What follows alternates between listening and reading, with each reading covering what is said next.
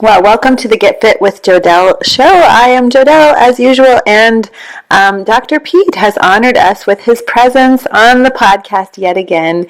And as I am sure you are thrilled, just like I am, every time we get a chance to talk with him. So it's a treat, Dr. Peat. So thank you. And what's new in your world currently? Oh, I've been writing a newsletter on vaccinations, sort of the history of vaccination, and explaining some of the physiological points that are being misrepresented. I am so excited to read that because I'm pretty passionate about wanting to know all of the logistics about vaccinations as well. I've been looking into it for many years, so I'll be really anxious to read that. And you know, we love hearing from you and supporting you. And so for those of you out there listening who haven't signed up for his newsletter that he's talking about, which, by the way, will blow your hair back when you read it, and each time it comes out, I just get excited. So I highly encourage you guys to sign up for that newsletter, as it is a way to show your support and appreciation for Dr. Peat and how generous he is with his knowledge and coming on the podcast. So to do that, you can send an email to Ray Peat's newsletter, all one word, at gmail.com. And to sign up for that newsletter, it's just real easy, and it gives your support to him as well. And if you're new to listening to the podcast, you can read an amazing plethora of research-based articles that Dr. Peat has written at raypeat.com. That's RAYPEAT.com. So, without further ado, we had such a good podcast last time where people got to write in and ask questions, and it was really well received, so we decided to do that again. So we've got quite a slew of questions that people have written in. So I thank you for posting your questions. We'll get to as many as the hour allows, and I might even have a few of my own to toss in there, Dr. Peat, so this will be fun. The first question comes from Reba, and she asks, Dr. Peat, how can someone get rid of endotoxins in the body since we know how detrimental they are? A fiber diet such as a raw carrot, if you shred a carrot fairly fine and add maybe olive oil and a little vinegar and salt, it's a pleasant enough food that you can eat it every day. Mm-hmm. And it happens that the carrot contains germicidal but harmless substances. Root vegetables growing underground have to resist mold and bacteria attacks, and that material has the same disinfectant effect in the intestine. And olive oil and vinegar also have a germicidal effect. So the salad is a good protective, daily stimulating food. The bulk stimulates the intestine. So generally the transit time is reduced if you eat a raw carrot every day. The average American, according to one survey, had I think it was a three-day transit time. The average person in Africa had less than a one-day transit time. But if you can get your intestinal activity increased, that in itself has benefits far beyond the reducing the endotoxin, because your liver is constantly processing toxins and hormones, and especially estrogen is instantly inactivated when it reaches the liver. And some of it goes into the bile, some of it is eliminated through the kidneys. But the estrogen in the bile, if you don't have enough fiber in your intestine, the estrogen can be reabsorbed and returned to the liver. And when the liver is exposed to too much estrogen, it slows down and loses its ability to detoxify estrogen.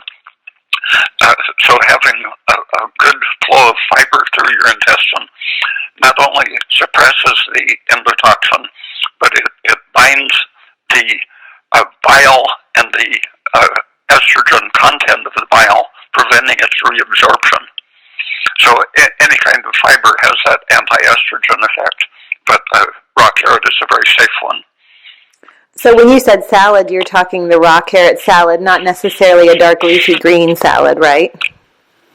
No, I did an experiment putting lettuce in a closed plastic bag to imitate the intestine absence of oxygen, and kept it at about 80 or 90 degrees in the intestine. It's close to almost 100 degrees Fahrenheit.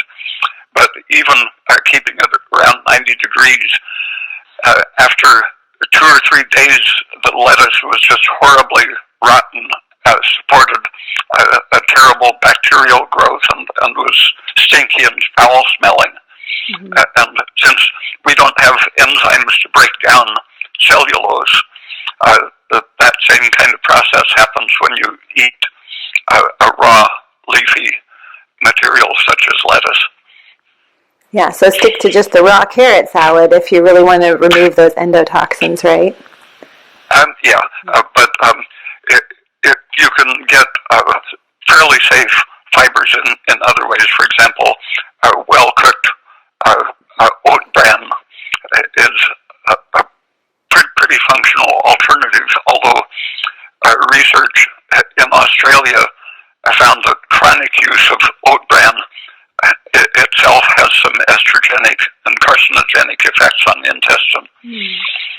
What about, I know you're a big fan of coconut products, but what about coconut flour? So because that's pretty high in fiber, but they I guess they dehydrate the coconut and process it down into a flour. What do you think about that?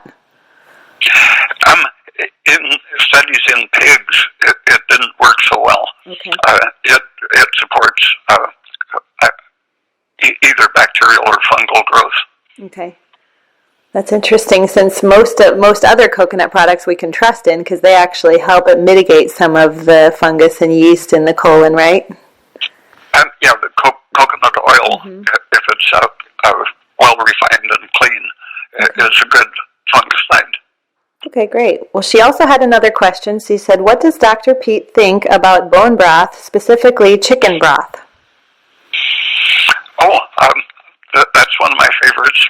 Backs, necks, wings, and feet are all high in collagen.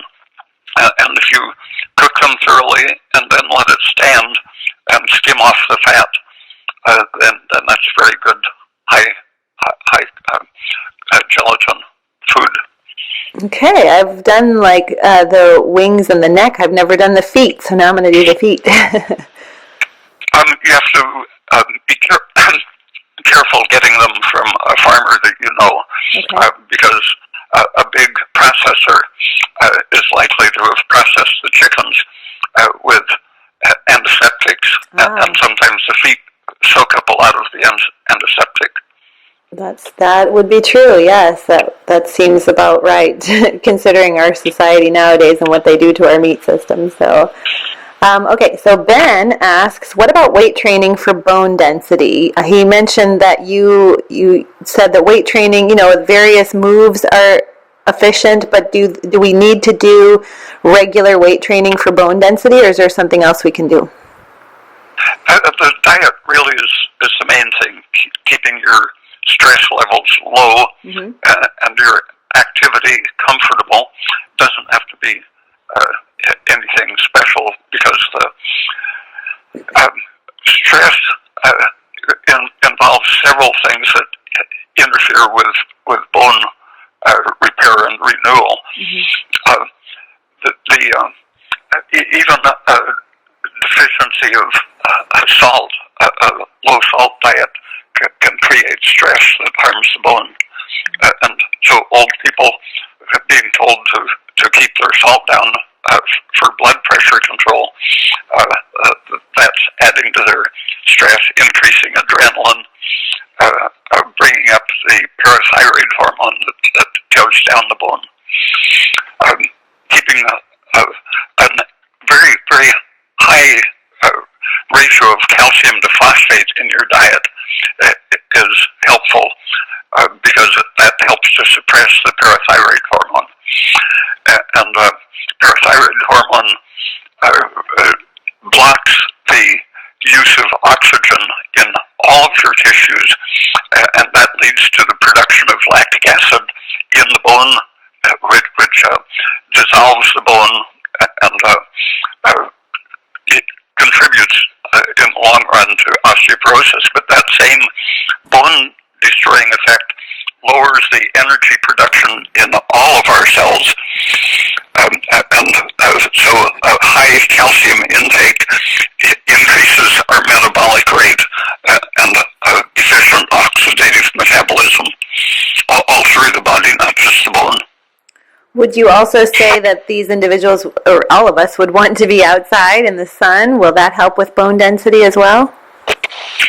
Yeah, the vitamin D, the older a person is, the less cholesterol the skin contains, and it's the ultraviolet light interacting with the cholesterol that makes vitamin D. So a person, especially a dark-skinned person, but anyone over the age of 50, it needs a lot more exposure to sunlight to get their vitamin D level up adequately. Okay, and I liked how last time you mentioned chopping wood is actually a really great form of exercise, so that would be a way to increase bone density, I would think, too. Yeah, it's something that feels productive and it isn't stress-inducing just by boredom. You can see the product of your labor, and that is anti-stress. I love that.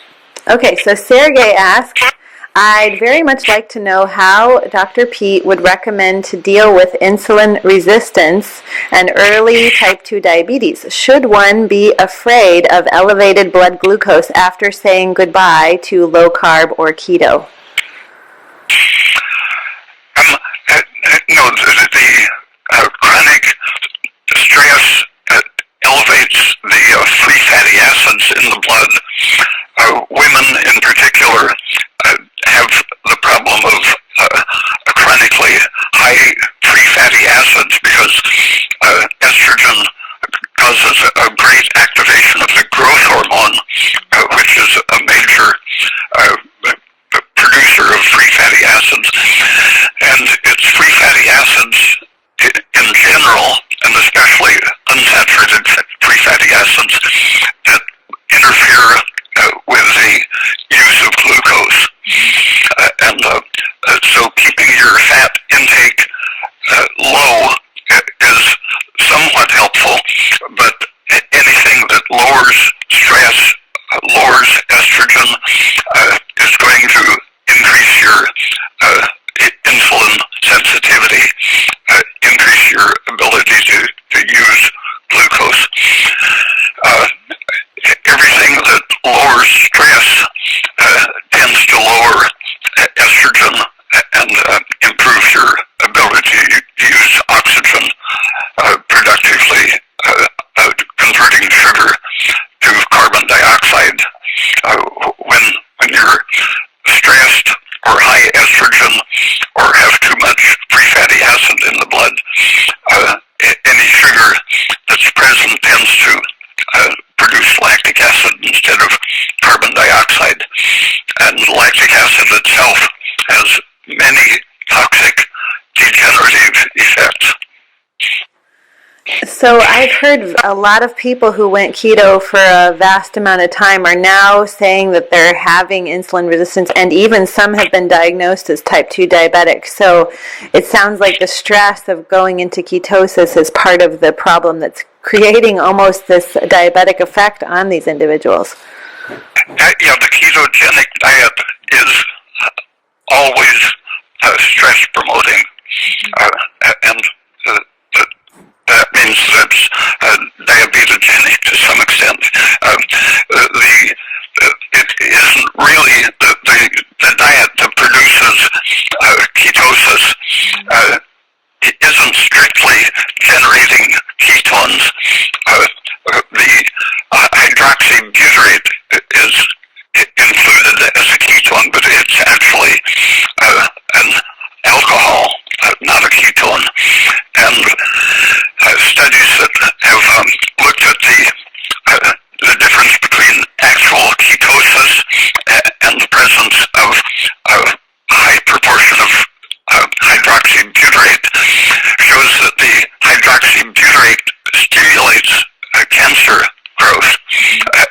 stress-related things.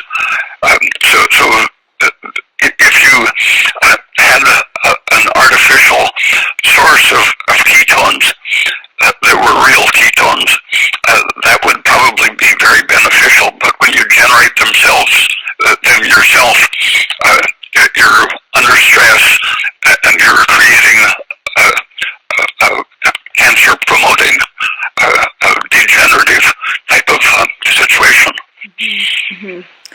Okay, so and I'm picking up a trend in your talking is the stress is the main cause. I mean, in all the podcasts we've done, you always go back to we've got to reduce the stress, you've got to calm down the stress in the body. So one of my, a personal question I'd like to ask you is what is your favorite way to de-stress, like kind of in your life? How do you like to de-stress?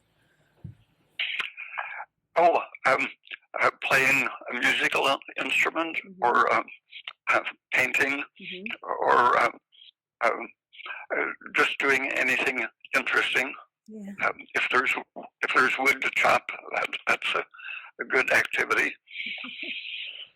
Right. Yeah, but I can see how when we dial that stress reduction in, a lot of these things we're talking about today, that's when we're going to see them get reduced as well, right?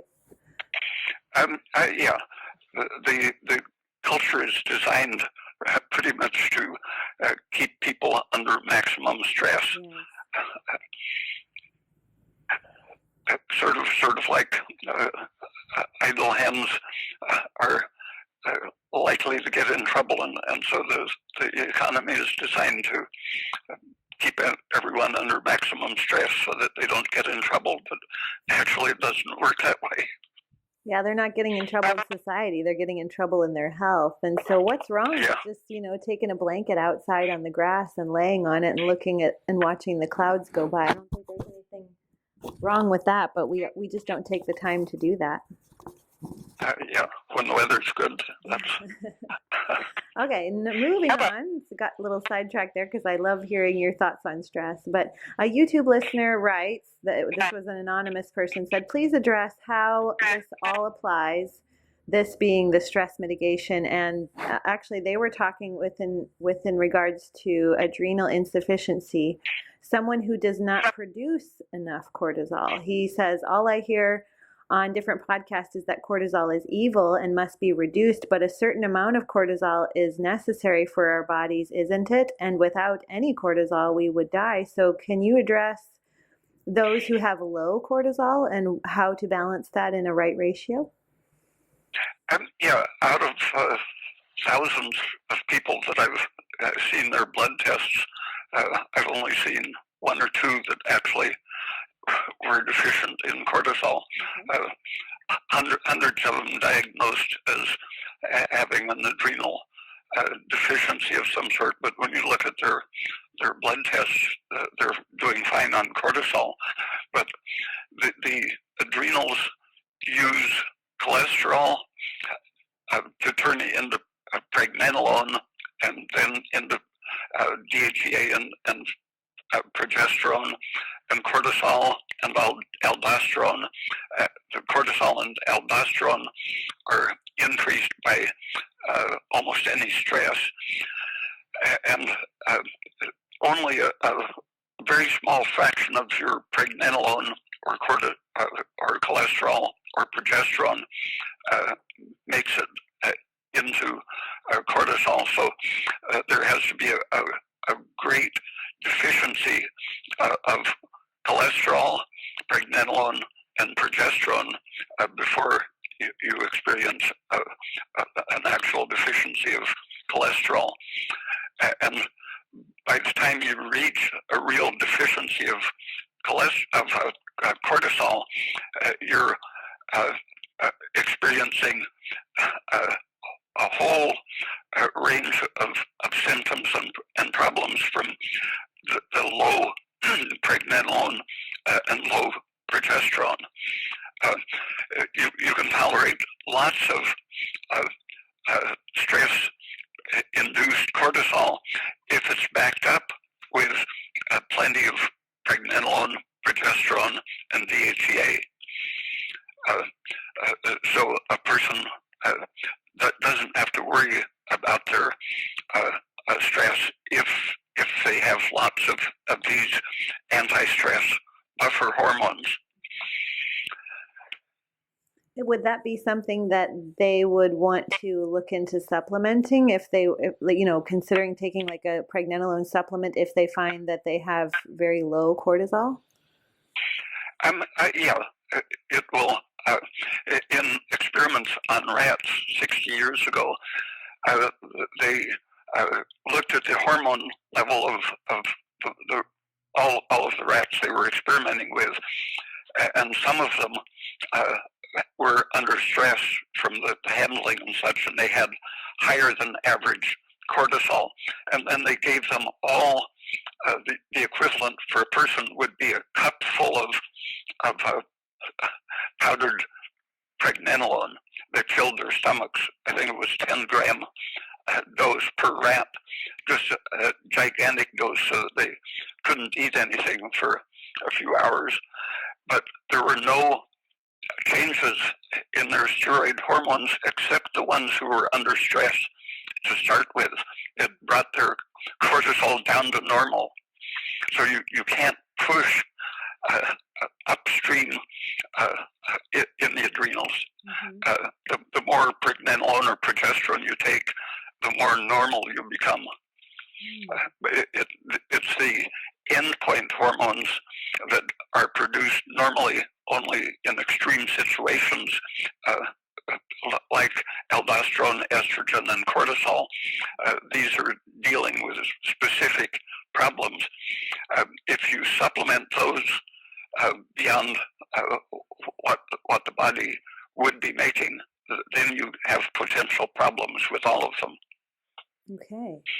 So that's good. That might be some good advice for that listener who maybe needs to increase their cortisol. That might be thinking about supplementing pregnenolone might be an easy fix right at first. Yeah, there was a well-known book about 20 or 30 years ago on the natural use of hydrocortisone or cortisol. Mm-hmm. And his examples, the data that he based it on, were very good examples, showing that a tiny supplement like 5 or 10 micrograms of cortisol could improve a woman's menstrual cycle, for example. But I happen to know some of his patients who he was giving what he called a physiological dose of natural cortisol. And after 2 or 3 months, they all started getting puffy faces, typical Cushing's disease. That was on a 20 milligram per day dose in divided doses, which is what the body normally makes. But if you supplement that, it can be risky. Okay, well said. Next question is from Leanne, and she asks, what would be a good strategy to help with my immune system? I recently found out I have cytomegalovirus expressed and also Epstein-Barr virus, and I would like to increase my body's immune function. What do you say to that, Dr. Peat? Probably the majority of people have those viruses, and so it's a matter of keeping them from expressing themselves and keeping your ability to handle stress optimized is the important thing. And when you look at studies of general infections, not just those, but the more serious infections, polio, or all of the things that they vaccinate for, measles and mumps and so on. If you supplement vitamin A and vitamin D alone, those two vitamins are just about as effective as a huge vaccination campaign, and the viruses that are resident in the majority of people aren't doing any harm if their immune system is okay. But for example, if you're overweight, your blood level might seem to show a normal amount of vitamin A and vitamin D, but your tissues can be very deficient, and the person will benefit from bringing their vitamin D and vitamin A, among other nutrients, up to a functional level.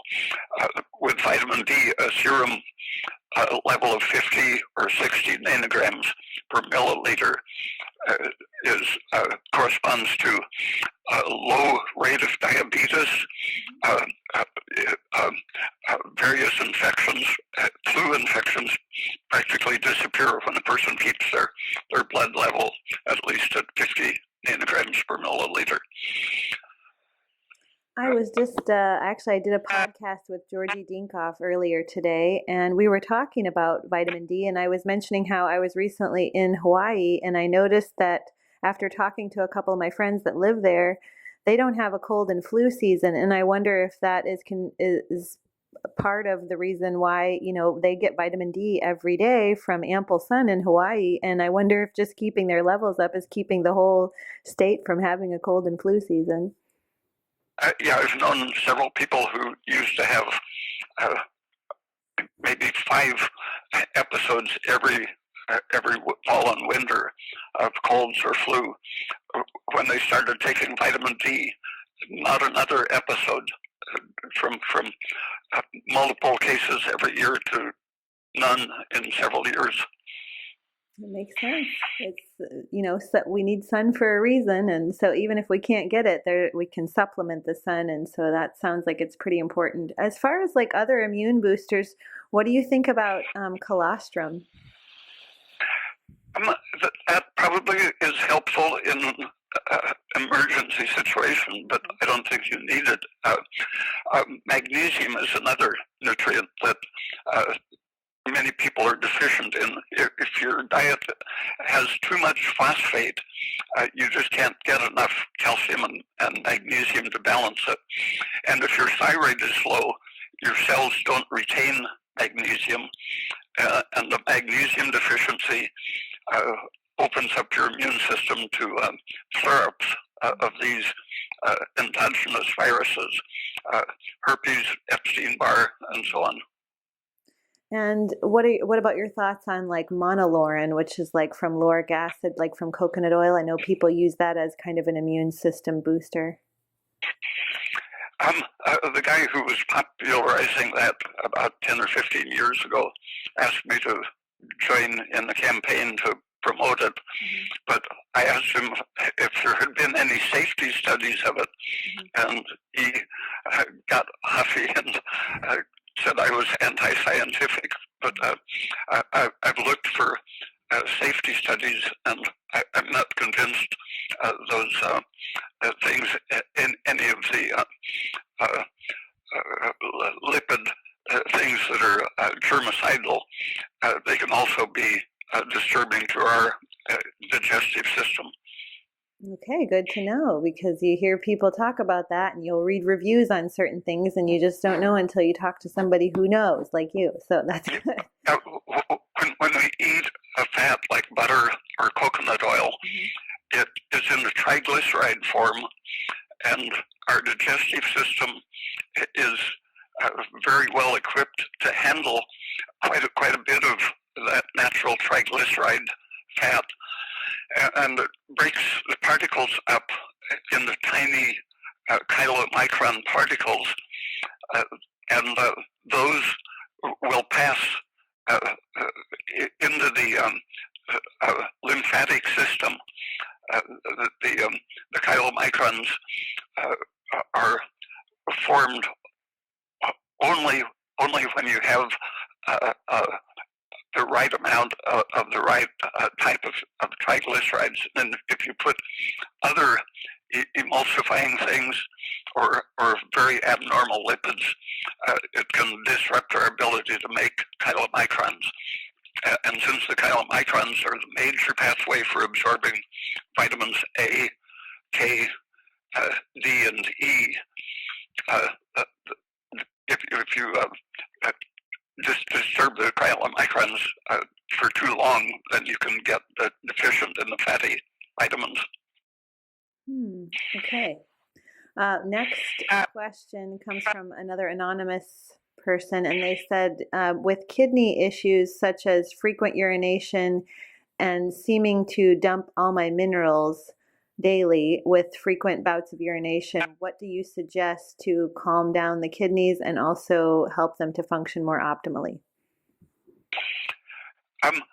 The two hormones most protective for the kidneys are progesterone and thyroid, and the vitamins that I've just been mentioning, especially vitamin D, is extremely protective for the kidneys. And making sure that you get the essential minerals, sodium, potassium, calcium, and magnesium in a generous amount every day is protective for the kidneys.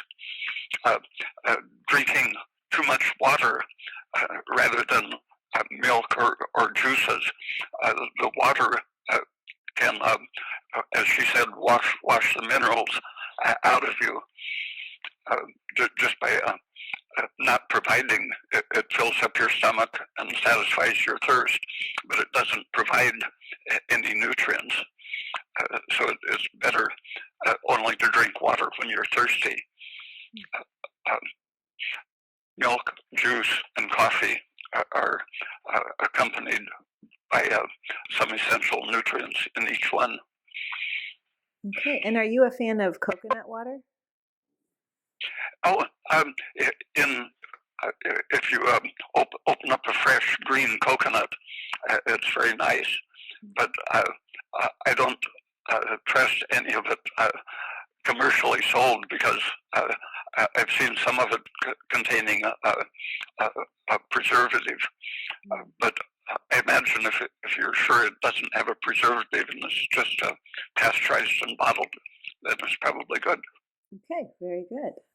Okay, Allison asks, can white willow bark be taken instead of aspirin?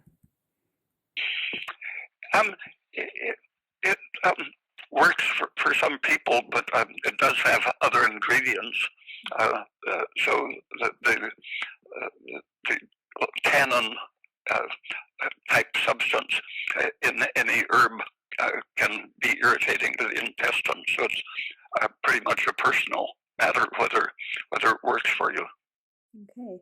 And just briefly, in case people are new to your thoughts on aspirin, can you tell people just a few thoughts about how you feel that aspirin is beneficial? I know it's kind of a new school of thought in today's world, even for me as a nutritionist. When I had first heard you say that, never was I taught that in nutrition, the training that I went through. And so once you told me the benefits, it made total sense. But I'd like for the listeners to hear you say that.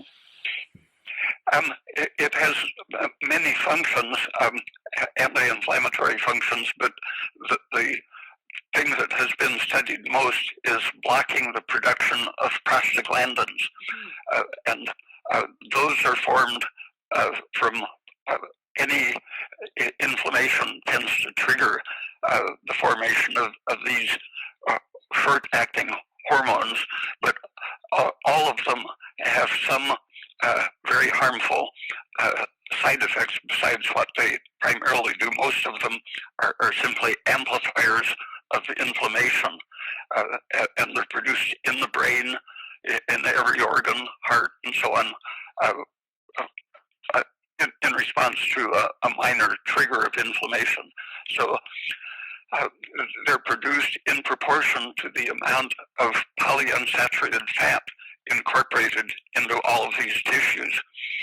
And as we age, increasing sharply in the teens as our growth slows down, so that our metabolic rate slows, and we aren't diluting them or oxidizing them as fast as a baby does.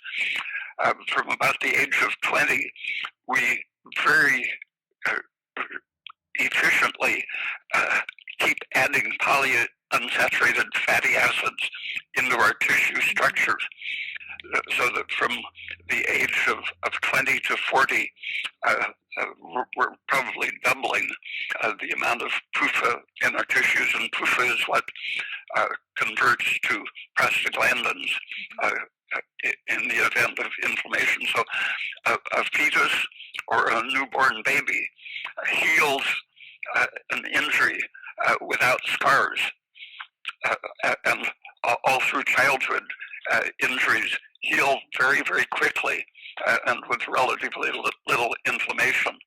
But as the PUFA in our tissue accumulates, wounds heal more slowly, cause more inflammation, and can leave scars that are interfering with function. Whenever you have a systemic inflammation producing lactic acid and prostaglandins, both of these are increasing the deposition of collagen in the tissues. So with aging, the body becomes approaching something like a big scar with a very high collagen content. The difference between kid skin gloves and leather boots is a matter of the age of the animal. An old animal has a very thick, leathery skin because of the high collagen content. And all of these inflammation-related things, prostaglandins or lactic acid, contribute to that age process of thickening of the tissues. And aspirin, by blocking prostaglandins and several other inflammatory mechanisms, is important protection from inflammation and aging. Yeah, and I think my favorite feature too is that it helps to lower excess cortisol. Is that correct?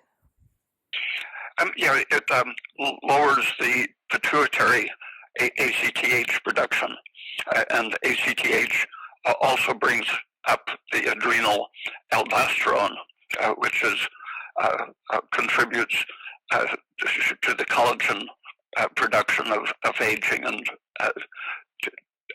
deterioration in general. So not just protecting against cortisol, but a whole range of degenerative processes. Wonderful. Okay, so now we know the benefits of aspirin. Nick asks, I've been taking cod liver oil pills for vitamin A and vitamin D. He says in a previous interview to avoid fish oils, which I've never heard before. So does that include cod liver oil? Should I stop? Well, cod liver oil at least is giving you an A, which is beneficial if you don't have another source. But I think it's good to use a fish oil derived vitamin A and D if most of the other fish oils have been removed, because the studies of the fate of ingested fish oil are very interesting. If you look at them just in a bottle, I did experiments with a bottle of unsaturated oils, put a rubber tube in the bottle and put the other end of the rubber tube in water, and every day the water climbed up the rubber tube because of the oxygen consumption of the saturated fat. Fish oils are extremely quick to react with oxygen, and in these studies they found that before they reached the bloodstream, the majority of them had been oxidized, and they are very quick to be stored if they make it into the bloodstream. So with aging, the brain accumulates these oxidizable fatty acids, but the oxidation continues in the brain, and the neuroprostane is what they call the breakdown product when they happen in the brain. Isoprostane in other tissues is the randomly produced equivalent of the prostaglandins. The neuroprostanes are made from the type of fatty acid that predominates in fish oil. But before they reach storage, a very large part of these fish oils are already oxidized, and they are immunosuppressive.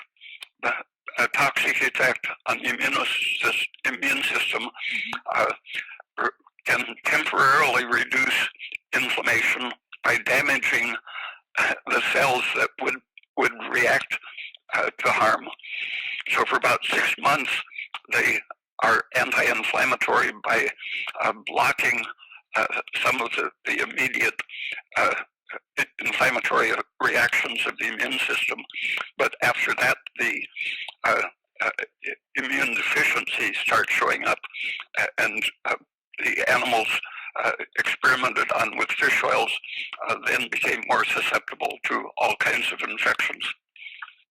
Well, and I guess even all throughout my years of doing nutrition consults, I was never comfortable promoting fish oils, just for the mere fact of, if you think logically about how much processing it has to go through to get the oil out of a fish into a capsule, it just doesn't seem logical that that oil would then retain all of the nutrient value to go in someone's body and be beneficial.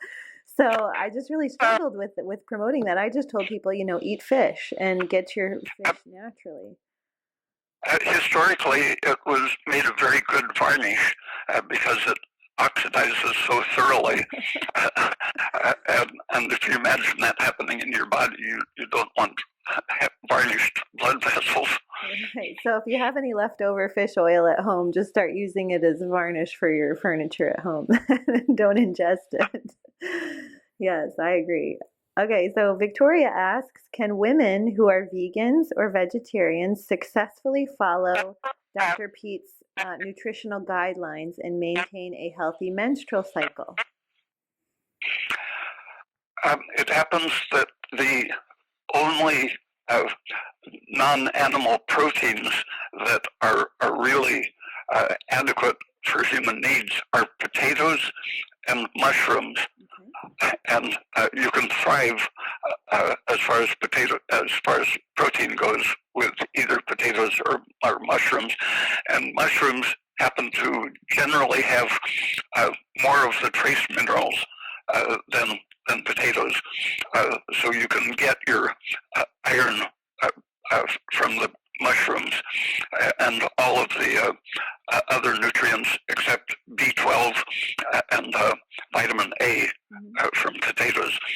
And some people have said that mushrooms can provide B12. I'm not sure if that, but adequate bacteria in the intestine will make vitamin B12. And so vitamin A is the main problem. And keratin, if your thyroid function is good and if you have vitamin B12, those are needed for converting keratin into the actual vitamin A, which is needed for making progesterone, which is essential for maintaining good periods. And so the problem becomes that so many vegetables block your thyroid function.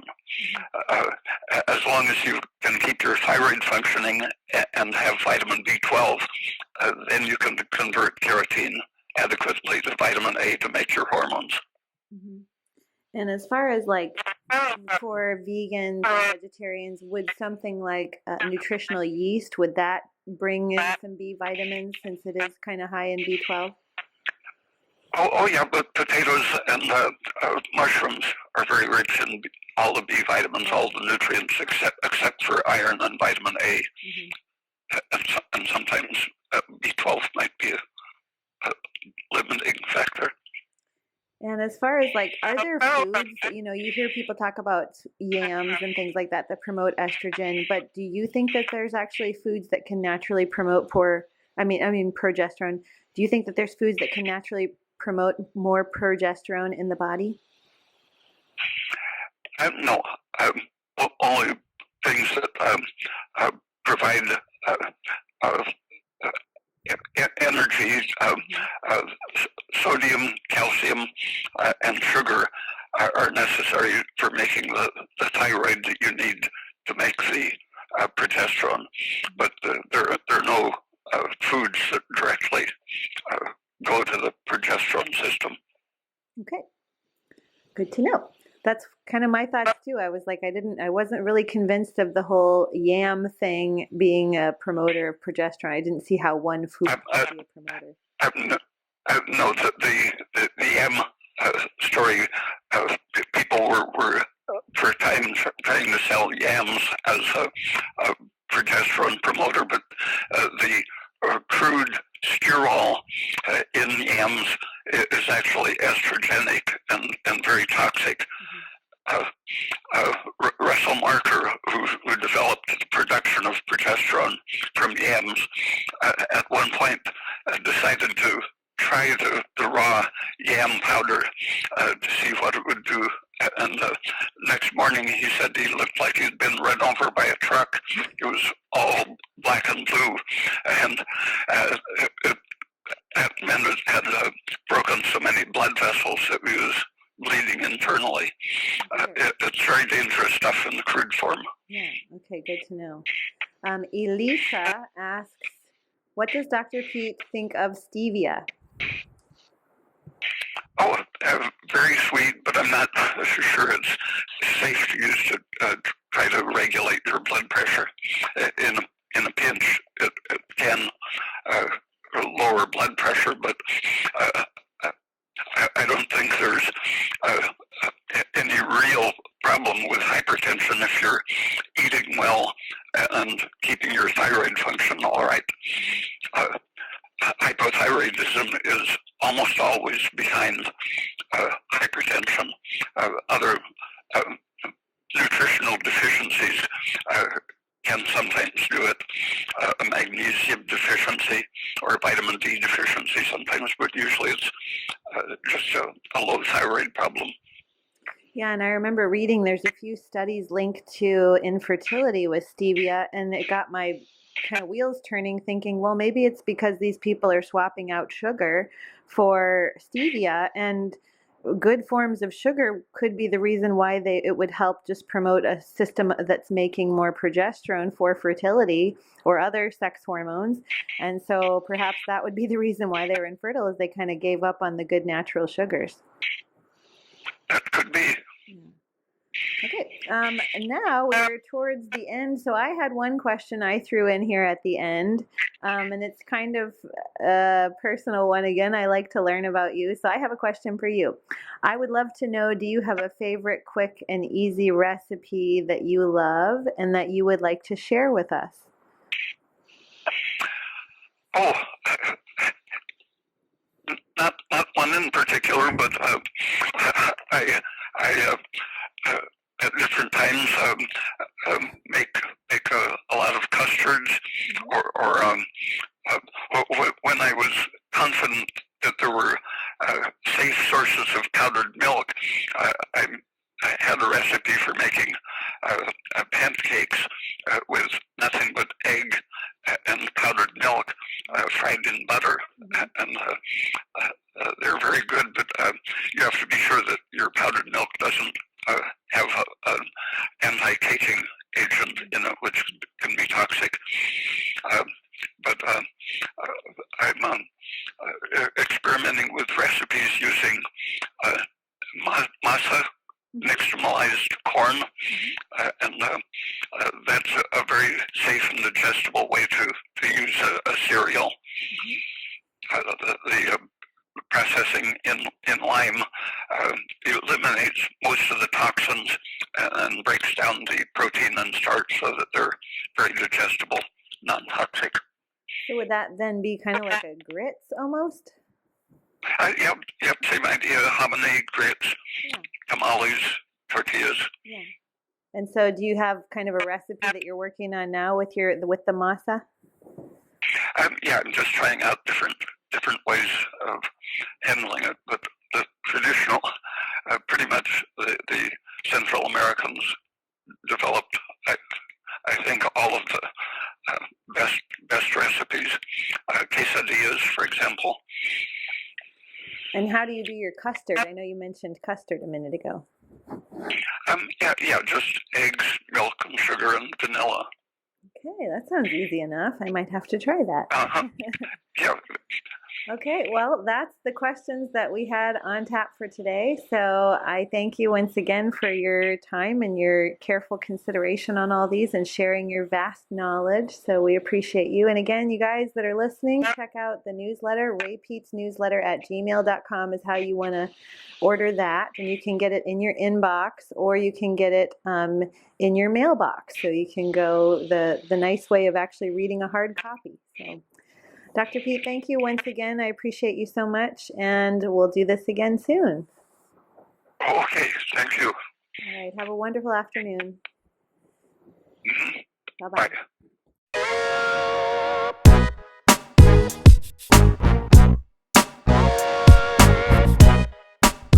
What's up, YouTube followers? Just a quick promo code for you of my show sponsor, dropandfbomb.com. You can get healthy oil packets like coconut oil, MCT oil, and their little pork sticks, salt and pepper pork sticks, no hormones, no nitrates, no artificial anything. It's just really great ingredients that are quick and easy and on the go. Use my code GETFIT, GETFIT, to save 10%. And go to dropandfbomb.com today to get your packets of on-the-go convenient foods, healthy convenient foods. And it's a healthy way to drop an F-bomb today.